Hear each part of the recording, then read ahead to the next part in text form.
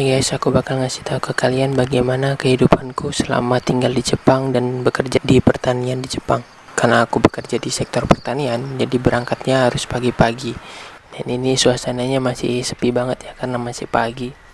Dan jam 6 itu harus sudah mulai bekerja di Hausu. Dan kita berangkat ini sekitar jam setengah 6. Jadi buat teman-teman yang mau bekerja di Jepang harusnya udah tahu ya, kalau di Jepang itu harus on time. Jadi kalau misalkan masuk jam 6, sebelum jam 6 kita harus sudah sampai di perusahaan. Jadi untuk persiapannya itu sekitar 1 jam atau 1,5 jam sebelum mulai kerja. Lokasi perusahaanku itu lumayan deket ya, paling sekitar 3-5 menit kalau misalkan santai. Kalau misalkan pas kayak terlambat gitu yang ngebut paling cuma 2 menit nyampe. Setelah sampai di lahan langsung biasanya si bos ngasih tahu hari ini ada berapa kontainer yang harus di-cut, berapa butuhnya. Nah, sudah dikasih tahu baru kita mulai nge-cut, dan setelah nge-cut kita bakal bersihin lahannya. Habis itu baru kita mulai packing di dalam ruangan.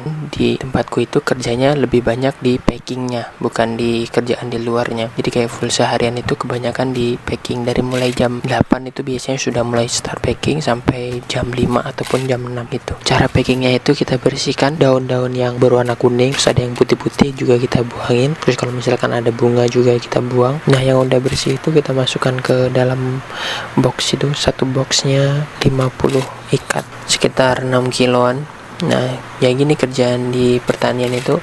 Kalau misalkan di bagian packing ya seharian full packing doang. Tapi kalau pas musim tanam bakal lebih banyak kerjaan di luar ya, kayak persiapan buat penanamannya. Oke, gitu ya kerjaanku di pertanian, jadi nggak susah kan?